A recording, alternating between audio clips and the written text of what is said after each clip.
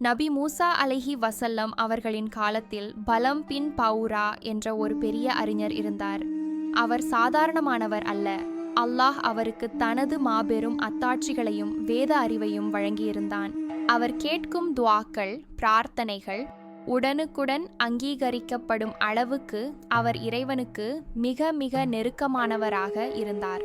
ஒருமுறை மூசா நபி அலைஹி வசல்லம் அவர்களுக்கும் ஒரு அக்கிரமக்கார கூட்டத்திற்கும் போர் மூண்டபோது அந்த அக்கிரமக்காரர்கள் பலம் பின் பவுராவிடம் சென்று, நீங்கள் மூசாவுக்கு எதிராக பிரார்த்தனை செய்யுங்கள் என்று அவரிடம் வேண்டினார்கள்.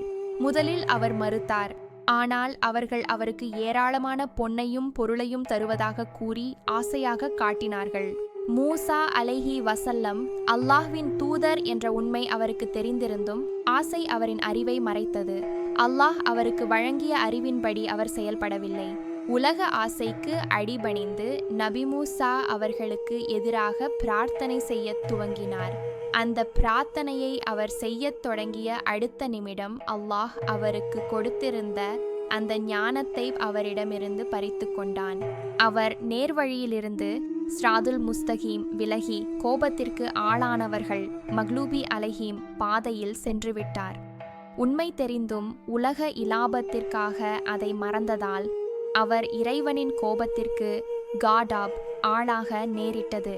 நேர்வழியில் செல்வது என்பது இறைவன் நமக்கு அளித்த ஒரு பரிசாகும். அறிவு மட்டும் ஒருவனை பாதுகாத்து விடாது. நாம் எவ்வளவு கற்றிருந்தாலும் ஒவ்வொரு வினாடியும் அல்லாஹ்வின் உதவி, நேர்வழி நமக்கு தேவை. அதனால்தான் நாம் ஒவ்வொரு தொழுகையிலும் நேர்வழியை காட்டுவாயாக என்று கேட்கிறோம். இந்த பலம் பின் பவுரா என்பவரை பற்றிய குறிப்புகள் குரானில் மறைமுகமாக சொல்லப்பட்டுள்ளன. நபியே, நீர் அவர்களுக்கு ஒரு மனிதனுடைய வரலாற்றை ஓதிக் காட்டுவீராக. அவனுக்கு நாம் நம் அத்தாட்சிகளை கொடுத்திருந்தோம்.